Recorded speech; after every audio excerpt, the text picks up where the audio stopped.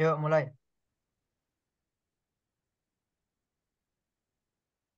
Assalamualaikum warahmatullahi wabarakatuh. Perkenalkan, kami dari kelompok 7 mata kuliah studi kebantenan ingin mempresentasikan hasil kerja dari kelompok kami. Mungkin langsung aja kita berkenalan kelompok. Boleh di next untuk slide-nya.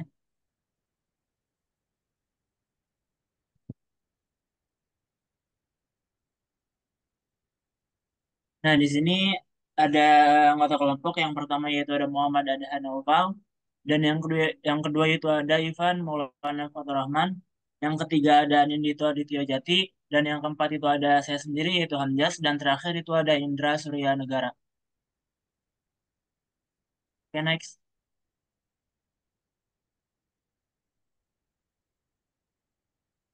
Mungkin ini untuk sejarah PT dari PT Gajah Tunggal itu sendiri. Nah, PT Gajah Tunggal (TBK) yang berlokasi di Banten didirikan pada tahun 1951 oleh Syamsul Nur Salim. Nah, pada awalnya perusahaan ini fokus pada produksi dan distribusi ban sepeda. Nah, pada tahun 1973 mereka memperluas lini produk dengan memproduksi ban luar dan ban dalam untuk sepeda motor. Dan kemudian pada tahun 1981 mereka mulai memproduksi ban untuk mobil penumpang serta kendaraan komersial. Next.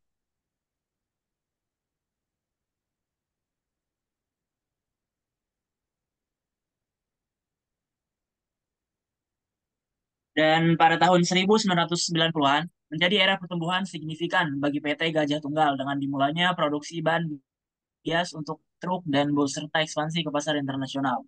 Selanjutnya pada tahun 1991, perusahaan ini go public dengan terdaftar di Bursa Efek Indonesia. Aliansi strategis dengan Michelin pada tahun 2004 semakin memperkuat posisi mereka di pasar global. Sejak itu, PT Gajah Tunggal terus berinovasi dan meningkatkan kapasitas produksinya melalui investasi di teknologi dan sumber daya manusia. Di era kontemporer, pada saat ini, perusahaan ini berkomitmen pada teknologi ramah lingkungan dan juga produk yang lebih efisien energi. Menjadikan mereka salah satu produsen produsen ban terkemuka dengan jangkauan pasar yang luas di Asia, Eropa, dan bahkan sampai ke Amerika. Oke, next.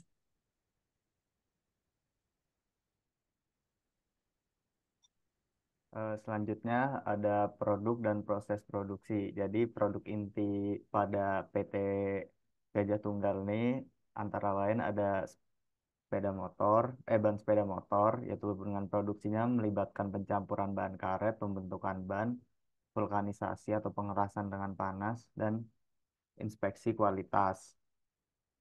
Lalu ada ban biasa untuk mobil, mobil penumpang dan komersial. Dengan proses produksi ban biasa ini melibatkan lapisan karkas yang diperkuat dengan benang kawat, dan yang terakhir ada ban radial untuk mobil berpenumpang dan truk. Next. Ya, mungkin selanjutnya akan dilanjutkan oleh saya.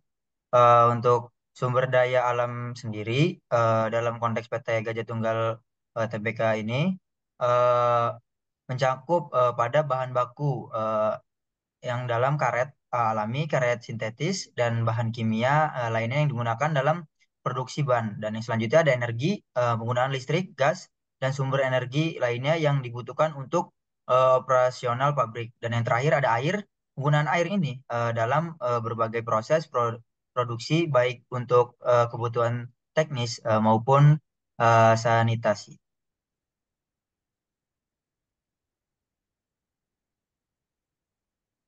Ya, selanjutnya ada sumber daya manusia pada PT Gajah Tunggal Tbk ini. Yang pertama ada tenaga kerja produksi, karyawan yang bekerja di lini produksi, Ban. Tenaga kerja teknis, insinyur, dan teknisi yang memastikan mesin dan proses produksi berjalan dengan efisien. Selanjutnya ada tenaga kerja administratif untuk karyawan yang menangani administrasi keuangan, HRD, dan operasional kantor. Dan selanjutnya ada manajemen untuk tim manajemen yang mengarahkan strategi perusahaan dan pengambilan keputusan.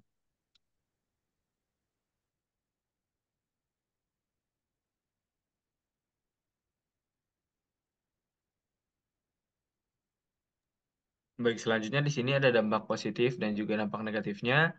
Adapun dampak positif dari PT Gajah Tunggal ini, yakni adalah kualitas produk dan jaringan distribusi yang baik dan memiliki jaringan distribusi yang kuat. Yang kedua, peluang pertumbuhan. Perusahaan memiliki peluang untuk tumbuh dan berkembang, terutama dengan pertumbuhan pasar otomotif yang terus meningkat permintaannya. Lalu, akuisisi dan juga diversifikasi. PT Gajah Tunggal telah melakukan akuisisi dan diverifikasi operasional, seperti mengakuisisi Mesindo Alloy Wheels Corporation dan memperluas produksi ke berbagai produknya. Adapun dampak negatif dari PT Gajah Tunggal itu sendiri, yakni adalah persaingan yang cukup ketat. Meskipun berhasil di dalam pasar dalam negeri, PT Gajah Tunggal masih menghadapi persaingan yang ketat di dalam pasar global, terutama dengan merek-merek terkenal dari negara-negara lain. Adapun terkait dampak pandemi, COVID-19 berdampak pada kondisi operasional dan keuangan perusahaan, terutama dari bulan April 2020. Adapun kendalanya, cukup.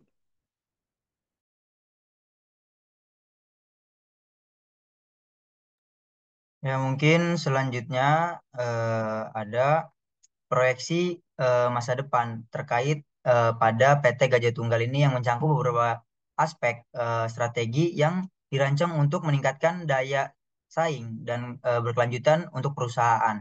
Dan untuk aspeknya sendiri, yang pertama ada ekspansi pasar global. Nah, yang di mana PT Gajah Tunggal ini berencana untuk memperluas penetrasi pasar internasional melalui peningkatan distribusi dan kemitraan strategi di berbagai negara dan yang berfokus pada pasar-pasar perkembangan yang menunjukkan permintaan yang kuat untuk produk pada ban yang berkualitas tinggi dan menjadikan prioritas. Dan selanjutnya ada inovasi produk.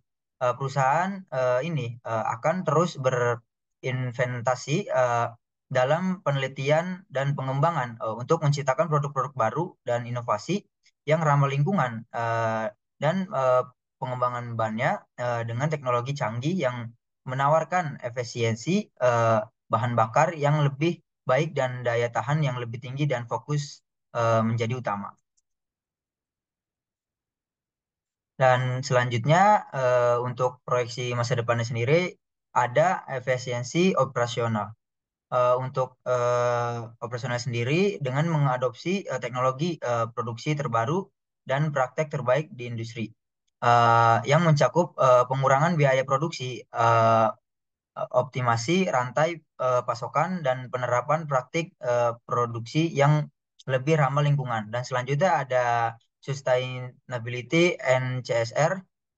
Di sini untuk mengkomitmen terhadap keberlanjutan akan semakin diperkuat melalui program corporate social responsibility atau bisa disebut juga CSR yang berfokus pada pengurangan jejak karbon, pengolahan limbah yang lebih baik dan uh, pemberdayaan komunikasi lokal.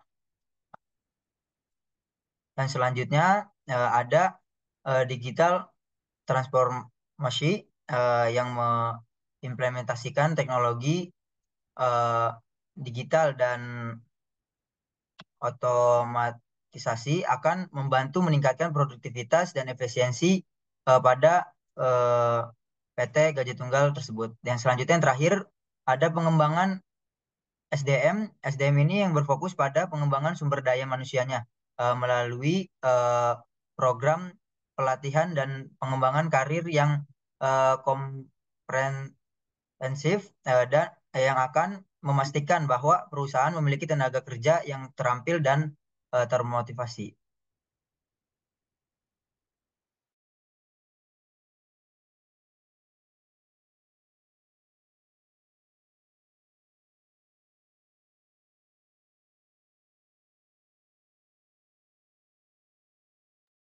Ya mungkin sekian presentasi dari kelompok 7 Kurang lebihnya mohon maaf. Wabillahi taufiq wal hidayah. Assalamualaikum warahmatullahi wabarakatuh.